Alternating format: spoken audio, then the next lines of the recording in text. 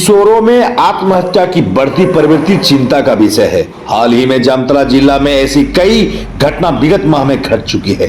इससे निजात पाने के लिए जामताड़ा के लाइफ लाइन पॉली क्लिनिक के संचालक सुनील कुमार सिंह के पहल से मेंटल डे के अवसर पर देर शाम को life line poly clinic Jamtara में एक कार्यशाला आयोजित की गई, जिसमें बतौर मुख्य अतिथि के तौर पर पश्चिम बंगाल के प्रमुख neuro psychiatric doctor D Saha शामिल हुए। उन्होंने मानसिक अवसाद, तनाव, मानसिक और स्थिरता सहित कई बिंदुओं पर लोगों से जानकारी साझा किया। साथ ही उन्होंने चिंता जाहिर की कि टीन एज ग्रुप में मानसिक दबाव या अवसाद के कारण सुसाइड टेंडेंसी में बढ़ोतरी हो रही है। आगे बताया कि 13 वर्ष से लेकर 24 से 25 वर्ष तक के युवा में आत्महत्या की प्रवृत्ति ज्यादा देखी जा रही है और आत्महत्या के शिकार भी बनते जा रहे हैं। उन्होंने लोगों को यह समझाने का प्रयास किया कि कब एक न्यूरो साइकाट्रिक डॉक्टर से मिलने का उपयुक्त समय होता है। अब आगे उन्हीं की बातों को सुनिए। डे के उपलक्ष्य पर जो आज मैं यहाँ पर आप लोगों के सामने सेलिब्रेट करने के लिए आया हूँ, तो आपको लग सकता है कि अचानक से मेंटल हेल्थ को लेकर एक अलग दिवस का क्या जरूरत हुआ, क्यों हमारे बीच जो WHO ने ऐसा क्यों दिन बनाया। एक्चुअली मैंने अपने क्लिनिकल प्रैक्टिस में प्लस इतने सालों के करियर में मैंने देखा है कि जो मेंटल हेल्थ डिसऑर्डर के जो विषय में लोगों के अंदर अवेयरनेस की बहुत कमी है। लोग सफ़र करते हैं लेकिन वो किसी को एक्सप्रेस नहीं कर पाते हैं और उनको अधिकतर समय मालूम ही नहीं हो। मैं आज पहला जो मेरा टॉपिक रहेगा, टॉपिक ऑफ डिस्कशन, हमें कब कोई भी न्यूरो साइकेट्रिस्ट के साथ कब हम लोगों को परामर्श लेना चाहिए, दिखाना चाहिए। तो पहला चीज़ मैं कहूँगा, हमें बच्चों को कब दिखाना चाहिए, क्योंकि बच्चों का टॉपिक ये बहुत कंट्रोवर्शियल रहता है।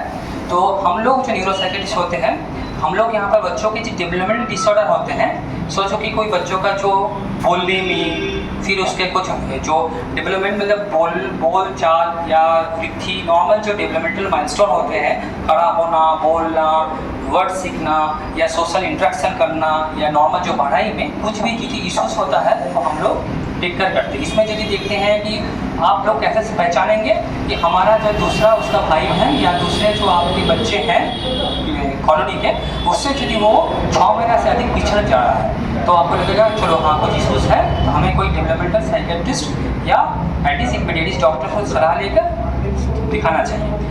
दूसरा साथ यदि देखते हैं बच्चा बड़ा होता है लेकिन उसमें एडिक्शन, मोबाइल एडिक्शन या उसमें बहुत एग्रेसिवनेस आ जा रहा है, वो या अपने को वो सेल्फ बहुत हम लोग देखते हैं बच्चे लोग बॉय वगैरह में गुस्सा आने पर क्या करता है कि सो जाता है ज़मीन पर। इसमें क्या होता है, इसको पेरेंटिंग इश्यूज हम लोग बोलते हैं, हम लोग इसमें विषय में काउंसलिंग भी कराते हैं। तो ये होता है कि पेरेंटिंग या इसको टेम्पर टेंट्रम या बोलते हैं कि बच्चों का एंगर इश्यूज, ये भी साइकोलॉजिकल इश्यूज में आता है। और एक चीज़ होता है कुछ बच्चों में झूठ बोलने की प्रवणता होती है या उसके बाद में भाई बहन होने पर उनसे हिंसा की प्रवणता हो जाती है। तो ये चीज़ में डेवलपमेंटल डिसऑर्डर के अंदर ये आता है। और जब बच्चा बड़ा होता है तो उसमें अंदर जो एक चीज़ हम लोग देख पाते हैं आजकल, नशे की लत। तो ये भी चीज़ और पापा मम्मियों से उनका जब मानसिक दूरी बढ़ जाता है, तो ये भी चीज़ कि how to become a good parent या पेरेंटिंग कैसे हो, ये भी हम लोग काउंसलिंग के अंदर में आता है। और एक चीज़ है कि हमारे जो नॉर्मल हम लोग जिस एज ग्रुप में है या टीनेजर है या जो है, तो हमें कब दिखाना चाहिए। देखिए यहाँ पर बहुत लोगों को लगेगा चलो डिप्रेशन तो सबको है, फिर डॉक्टर का हम लोग सब दिखाएंगे। पहले चीज़ आपको समझना पड़ेगा कि डिप्रेशन और नॉर्मल सैडनेस में अंतर क्या है। जैसे हम लोग सबको मन खराब होता है, क्योंकि देखिए मन यदि आपका खराब नहीं होगा तो आप बेसिकली रोबोट मतलब वो भी अननॉर्मल है। मन खराब हो सकता है लेकिन हम लोगों को कुछ क्राइटेरिया है, जैसे 2 हफ्ता से अधिक मन खराब हो रहा है। सबसे बड़ा क्राइटेरिया है कि विदाउट एनी कॉज, माने कोई भी कारण के बिना यदि आपका मन में उदासी हो रहा है या लग रहा है कि आप मेरा तो सब कुछ ठीक है या पहले कारण था अभी तो कुछ नहीं है, खराब क्यों हो रहा है, तब हमें लगता है कि कोई साइकोलॉजिकल बीमारी है। अब ये आपको समझ में कैसे आएगा कि टेंशन भी बिना कारण में हो रहा है या मन में उदास बिना कारण में हो रहा है, खुशी नहीं लग रहा है जो चीज़ में आप लोग अच्छा लगता था, तो ये हो रहा है एक्चुअली हमारा जो न्यूरो हार्मोन होता है सेरोटोनिन बोलते हैं, उसका कमी के लिए। इसमें क्या है कि आप यदि सोचेंगे मेरे घर में मैंने घर वाले का कसूर, ऐसा भी नहीं, या किसी का अभिशाप से वो नहीं, अचानक ये जस्ट लाइक शुगर प्रेशर की तरह इसको होना है, उसको होगा ही। इसमें क्या होता है कि प्रीडिस्पोजिंग फैक्टर होता है, किसी को साइकोलॉजिकल स्ट्रेस हुआ, ब्रेकअप हुआ या किसी का देहांत हुआ, उससे प्रभावित होकर आगे पीछे हो सकता है। ये सब मैंने हम लोग अभी तो स्टडी चल रहा है, ये जेनेटिक डिसऑर्डर के अंदर ही आता है क्योंकि ये प्रीडिफाइंड रहता है। क्योंकि जिसको जैसे सोचिए यहाँ पर कोई रोड एक्सीडेंट हुआ, 5 जन ने देखा, लेकिन 1-2 जन कोई PTSD या एंजाइटी का इशूज़ होगा, क्योंकि वो लोग साइकोलॉजिकली स्टेबल है। और इसके साथ हमारा क्या होता है, OCD आप लोग बहुत लोग जानते होंगे, छुछुबाई बोलते हैं हम लोग बंगाली में। इसमें क्या होता है, कोई चीज़ करने को बार बार हाथ धोना या कोई चीज़ बार बार बोलना, या किसी लोगों का थॉट्स आते रहते हैं बार बार, जो गलत धारणाएँ आते रहता है। इसके साथ हमारा रहता है कि शक की बीमारी, अपने वाइफ को शक करना या दूसरों किसी को शक करना, जिसको हम सिजोफ्रेनिया के नाम से बोलते हैं। और इसके साथ हम लोग होता है बाइपोलर डिसऑर्डर में कभी कभी क्या कोई लोग बहुत गुस्सा करते हैं, बहुत गुस्सा में एग्रेसिव, ऐसा गुस्सा कि जो कंट्रोल से बाहर होता है। और इसके छोड़कर हमारे जो नशे की लत, ये नशे की लत में मैंने अपने करियर में डॉक्टर से लेकर इंजीनियर से लेकर साइंटिस्ट से ऐसा बहुत केसेस मैंने ठीक किया है और देखा भी है कि लोग पढ़ लेते हैं अच्छे कॉलेज में आकर, लेकिन जो नशा ब्राउन शुगर हो या कैनाबिस हो, गांजा जिसको बोलते हैं, अल्कोहल, तो कुछ बातें होगी, क्योंकि आजकल लोग तो हाई लेवल इवन दवाई से भी करते हैं। यहाँ पर बहुत कुछ डॉक्टर लोग भी रहेंगे, ट्रामाडोल से नशा करते हैं, गोल्डन सिरप से नशा करते हैं। इसमें क्या होता है कि उनका शारीरिक समस्या होती है, उससे अधिक उनका घर वालों का समस्या हो जाता है, मारपीट करना, गुस्सा करना, मॉनिटरी लॉस। फिर उसमें क्या होता है, वो लोग गैम्बलिंग में फंस जाते हैं। इसमें बहुत ही सामाजिक और सबसे अधिक होता है उनका केयर गिवर का बहुत नुकसान होता है। और लॉन्ग टर्म में जो उनका जो बाबा मम्मी का भरोसा होता है कि मेरा बेटा हमको टेक केयर करेगा, वो नहीं हो पाता है। रिहाब सेंटर में उनको रखना पड़ता है। यहाँ पर नशे की लत के लिए हम लोग बोलते हैं प्रिवेंशन इज द की, मैंने आपको शुरू से पेरेंटिंग ऐसा करना होगा या शुरू से आपका बच्चा को समझना पड़ेगा कहाँ से वो डाइवर्ट हो रहा है। क्योंकि एक बार नशे की लत में पढ़ने के बाद उसका माइंड का न्यूरोकेमिकली चेंज हो जाता है। अब जितना बार उसको तो दवाई ट्रीटमेंट आएगा नहीं, और आ भी जाएगा तो वो बार बार नशे की तरफ जाएगा। तो ये बहुत ही क्रिटिकल सिचुएशन हो जाता है। चलो रेगुलर नशा 2-3 साल से कर लेते हैं, ठीक है।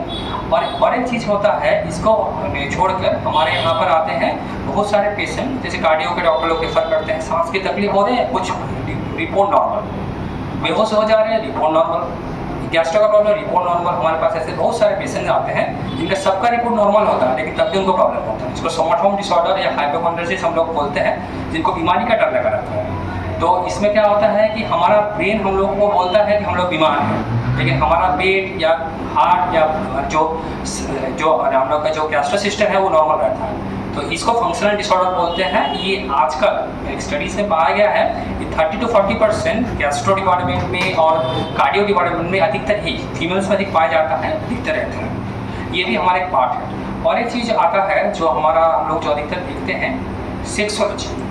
ये जो मैंने सेक्सोलॉजी में फेलोशिप और मास्टर क्लास अलग से किया है, ये न्यूरोसाइकेट्री के अंदर में आता है। ये सेक्सुअल डिसऑर्डर को लेकर लोगों के अंदर बहुत ज़्यादा स्टिग्मा, ये कौन ट्रीटमेंट करता है, फिर कौन डॉक्टर के पास जाएँ। एक्चुअली क्या है, सेक्सोलॉजी का ट्रीटमेंट 2-3 डिपार्टमेंट के डॉक्टर लोग करते हैं। एक हो रहा है कि जो एंडोक्रिनिस्ट होते हैं, और जो स्किन के डॉक्टर लोग होते हैं वो इन्फेक्शन देखते हैं, और एक होते हैं जो आजकल नया जो बिक्री हो रहा है, हम लोग कर रहे हैं फेलोशिप वगैरह, वो लोग भी देखते हैं। और न्यूरोसाइकेट्रिस्ट पहले से देखते हैं और यूरोलॉजिस्ट भी देखते हैं, ठीक है। यूरोलॉजिस्ट को एंडोलॉजिस्ट बोलते हैं। एक्चुअली सेक्सुअलिटी में समस्या में आपको कब किसी डॉक्टर को दिखना चाहिए, पहला चीज़ हो जा रहा है कि हम लोग को सेक्सुअल एजुकेशन नहीं मिलता। हमारे पास बहुत सारे के पेशेंट आते हैं, क्योंकि इसमें सबसे बड़ा समस्या होता है कि उनको कंपेयर, हमारा जो सेक्सुअल टाइमिंग है, सेक्सुअल साइज है या जो भी हो, इसमें लोग कंपेयर कर लेते हैं। इसमें क्या होता है, उनके पार्टनर के साथ समस्याएं बढ़ जाती हैं और सेटिस्फेक्शन नहीं होती है। और एक चीज़ होता है पोर्नोग्राफी की समस्या, जो इसको हम लोग ग्रूपिंग बोलते हैं। उसमें क्या है कि वो लोग का लत तो लगना ही है, लत के लिए वो लोग मास्टरबेशन की समस्या से उनको नामर्ती की समस्या बाद में हो जाती है। सबको क्या है कि कितना करना चाहिए, कितना नहीं करना चाहिए, वो सब चीज़ मास्टरबेशन भी करना चाहिए, नॉर्मल है, लेकिन कितना हद तक, ये सब चीज़ हम लोग सेक्स एजुकेशन वो भी हमारे साइकिट्रिस्ट लोग हम लोग देते हैं। और एक चीज़ है कि कुछ समस्याएँ यहाँ और ये जो दवाई, तो सेक्स के दवाई कब खाना चाहिए, कितना खाना चाहिए, कब देना चाहिए, किस लिए हो रहा है, वो चीज़ हम लोग डिसाइड करते हैं। न्यूरोसाइकोलॉजिकल कॉज हो रहा है या हार्मोनल कॉज हो रहा है। जैसे हम लोग सेक्स का ट्रीटमेंट में इरेक्टाइल डिस्फंक्शन वगैरह, प्रीमैच्योर इजैकुलेशन वगैरह या धात या जो नाइटफॉल वगैरह ये सब का इलाज करते हैं। और फीमेल्स में आजकल हमारे पास बहुत केसेस आते हैं और डिस्चार्ज आते हैं, उनकी इच्छा नहीं होता है, उनको सेटिस्फेक्शन नहीं मिलता है। और कुछ रेयर हम लोग को केसेस देखते हैं हम लोग जो अपने पार्टनर के प्रति, फीमेल जो पार्टनर में सेटिस्फाइड नहीं रहते, या वो सोचते हैं कि उनका पार्टनर बहुत एग्रेसिव है, ओवर सेक्सुअल, क्योंकि फीमेल लोगों का एक्चुअली स्टिमुलेशन या सेक्सुअल डिस्फंक्शन का ट्रीटमेंट डिफिकल्ट है। वो नॉर्मल कोई दवाई से ठीक नहीं होते हैं, उनको सेक्स थेरेपी का जरूरत होता है। जो हम लोग और कुछ एक विशेष चीज़ के बारे में बताना चाहूँगा जो आप लोग आसपास में सुनते होंगे, सुसाइड। देखते हैं अरे ये तो बंदा ठीक था, अचानक से क्या हुआ, सुसाइड करके मर गया, या अचानक से बच्चे से लेकर कोई भी हो सकता है। तो ये चीज़ ऐसा क्यों रहा है? देखिए, हम लोग बोलते हैं कि सुसाइड एक प्रिवेंटेबल कॉज ऑफ डेथ है, जो लेकिन आप जो पूरा फिगर इंडिया में देखेंगे वो सेकेंड या थर्ड आ रहा है लार्ज कॉज ऑफ डेथ, यानी पूरा वर्ल्ड में। तो सबसे चीज़ है कि सुसाइड में जो आपने जो वार्निंग साइन देते हैं, पहला वार्निंग साइन क्या होता है, अचानक से जो लोग स्ट्रेस में है, अचानक से उसका टेंशन चला गया, ट्रीटमेंट नहीं करा है, लेकिन बोला कि हम मस्त हैं, हम अच्छे हैं, हमको कुछ नहीं है, हम तो अपने लाइफ सेट कर दी, हम सोच लिए क्या करना है, हम प्लान बना लिए, तो अचानक से लग रहा है कुछ कर रहा है वो, आइदर वो नशा कर रहा है या सुसाइड की तैयारी कर रहा है। दूसरा चीज़, उसका अधिक बिहेवियर में नशा करना अधिक, जो सुसाइड करते हैं वो दो टाइप का सुसाइड होता है। एक होता है प्री प्लान करके सुसाइड, जो अधिकतर लॉन्ग टर्म डिप्रेशन में रहते हैं, और कुछ लोग जो शॉर्ट टेम्पर होकर या बहुत गुस्सा में सुसाइड कर लेते हैं, जो अधिकतर लोग जो लड़कियां करती हैं या लड़के लोग करते हैं जो गुस्सा में जस्ट शॉर्ट टेम्पर में सुसाइड। ये शॉर्ट टेम्पर वाला सुसाइड लड़कियों में अधिक पाया जाता है, अचानक से गले में फांसी लगा देना या जहर खा लेना। और लड़कों में लॉन्ग टर्म, लड़के लोग जो करते हैं लॉन्ग टर्म प्लानिंग करके सुसाइड करते हैं, ये स्टडीज़ में पाया गया है। तो इसमें हम लोग क्या देखना पड़ेगा कि उसका व्यवहार में चेंज, उसका स्वभाव में चेंज, उसका अचानक से स्टेज की लाइफ लीड करना या अधिक नशा करना, या अचानक से वो ऐसा स्टेज में पड़ जाना जिसको वो शेयर नहीं कर पा रहा है, या वो बोल रहा है कि मुझको जीने की इच्छा नहीं कर रहा है। आप सोच रहे थे ऐसा बहुत दृष्टि आकर्षण के लिए कर नहीं, ये वो बहुत दुख से, कोई भी आदमी जब बोलता है आपको जीने की इच्छा नहीं कर रही है या मरने की चाहत हो रही है, ये बहुत दुख से बोलते हैं। इस टाइम में किसी एक मनोचिकित्सक को दिखाना ही चाहिए, क्योंकि देखिए ये तो प्रिवेंटेबल कॉज है, ये तो एक्सीडेंट भी नहीं है, कोई इन्फेक्शन भी नहीं है, कोई बीमारी भी नहीं है। और एक चीज़ है कि सुसाइड, सोचिए कि आपको किसी ने, आपका दोस्त ने फ़ोन किया तो आप क्या करेंगे, ये कॉमन क्वेश्चन रहता है हमारे जो क्लाइंट्स हमसे करते हैं आकर। पहला चीज़ है आप उसको कुछ जज मत करिए, आप उसको हाँ भी मत बोलिए, ना भी मत बोलिए, आप चुपचाप सुनिए वो क्या बोल रहे हैं, हाँ बोलिए। उसको माइंड को रिलैक्स करने के लिए उनकी बातें को आप चुपचाप सुनिए। वो जो भी जिसको ब्लेम किया, आपको ही ब्लेम दे रहा है, किसी को दे रहा है, चुपचाप सुनिए, क्योंकि जितना टाइम जाएगा उसका जो एंजाइटी का लेवल डाउन हो जाएगा, ये आधे घंटे में डाउन हो जाता है। उस टाइम उसको रोक पाएँ और उसके साथ वो कहाँ पर है उसके एसेस करके उसको आप फ्यूचर के बारे में, जैसे तुम्हारे पापा का क्या होगा या तुम्हारा जो काम है उसका रिस्पॉन्सिबिलिटी, उसके बारे में, और वो ठीक है बाकी सब बुरे हैं, उतना बोल सकते हैं, या उसका बड़ा उसको सुनिए। और सबसे बोलिए मैं आके मिलता हूँ, आप कहाँ हम फोन बात कर रहे हैं बताइए, क्योंकि फ़ोन किया मैंने सोचा है कि आप उसके केयर गिवर हैं, उसके बाद आप सुनेंगे, नॉन जजमेंटल वे में, जज नहीं करेंगे। और आप इस टाइम में जिस उसको इग्नोर कर देते हैं तो बहुत मुसीबत हो जाएगा, आपको अफसोस हो जाएगा। और एक चीज़ है कि मैं कहना चाहता हूँ कि जो एक बार सुसाइड अटेम्प्ट कर चुका है कोई भी, उसको डेफिनेटली लॉन्ग टर्म ट्रीटमेंट का काउंसलिंग का जरूरत है। और यहाँ पर भी बहुत राय रहती है कि हमारे जो टीनेजर्स कुछ गर्ल्स हैं या कुछ लड़के हैं जो नशे की लत में हाथ काटते हैं, वो सुसाइड नहीं है, वो अपने को सेल्फ हार्म करने में या गुस्सा में लोगों को डराने के लिए करते हैं। सुसाइड यानी पूरी डराने का सुसाइड या रियल सुसाइड जिसको बोलते हैं, वो आपको डॉक्टर ही उसको पेशेंट को देख कर बोल पाएंगे। क्योंकि एक होता है पैरा सुसाइड, मतलब वो डराने के लिए कर रहा है, और एक असली के लिए कर रहा है, वो जो साइकोलॉजिस्ट साइकिट्रिस्ट सलाह करके बोल पाएंगे। और इसके साथ में कुछ धारणाएं लोगों के अंदर मिथ्स होती हैं। जैसे मिथ्स, एक सबसे बड़ा मिथ होता है कि हमें साइकियाट्रिस्ट का दवाई चालू कर देंगे तो बंद नहीं होगा। मैंने एक्चुअली क्या है कि दवाई तो आपके अंदर समस्याएं है, इसलिए तो दवाई दे रहे हैं डॉक्टर।